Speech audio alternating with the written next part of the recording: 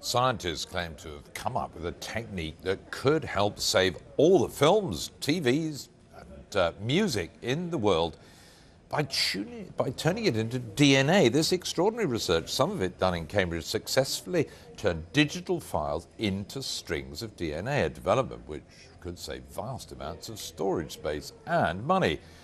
Science correspondent Thomas Moore explains. At the bottom of this vial, barely visible to the naked eye, is a speck of DNA. But it's not the recipe for life written into its code. It's digital computer files. Because I have a dream. My 4 little children. An MP3 of Martin Luther King's famous speech, a digital photo, a PDF document, and the text of every one of Shakespeare's sonnets, written into a synthetic strand of DNA. We're using DNA instead of a DVD disc, and we're using different machines to write it and to read it, but the ideas are the same. You take information, you put it in a coded form, you put it in a physical medium that's a good storage medium of one sort or another. I never really believed it would work until the day I decoded them on my laptop, and it all worked out. When a music track is stored on an MP3 player, the software turns it into a string of ones and zeros. The scientists stored information using the chemical letters that make up DNA.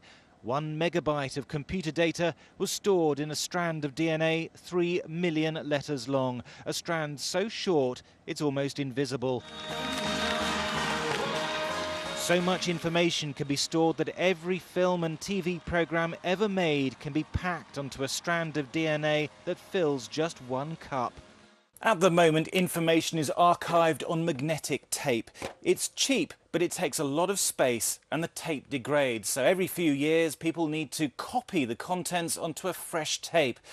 But the entire vault here of Sky News material could be stored on a tiny ball of DNA. And as long as that's kept cold and dry, the information could be preserved for tens of thousands of years. Within just a few years, reading and writing DNA should be fast enough and cheap enough to be commercially viable. Massive libraries of information could be held in the palm of your hand. Thomas Moore, Sky News.